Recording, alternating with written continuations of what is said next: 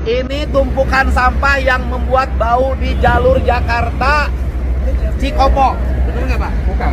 Ini jalur Jakarta Cikopo. Oh iya, iya. Sekarang Cikopo. Iya lupa. Jakarta Cikopo. Oke. Cikopo. Iya.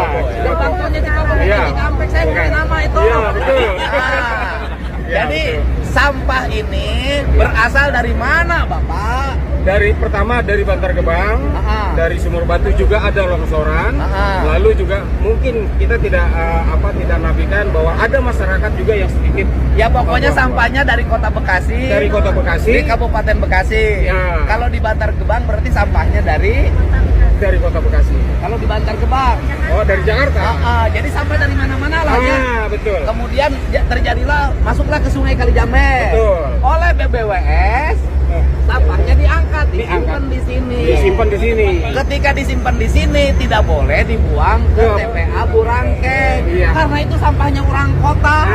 Cocok Pak. Jadi ini sampah si Ganugelo. Ya betul. Ku Kota Bekasi tidak diterima, ku Kabupaten Bekasi tidak terima. Akhirnya jalan tol yang terima Pak. Akhirnya ai sampah kudu dipinjeun ka mana cek runtah teh. Ai Nugelo teh saha cenah.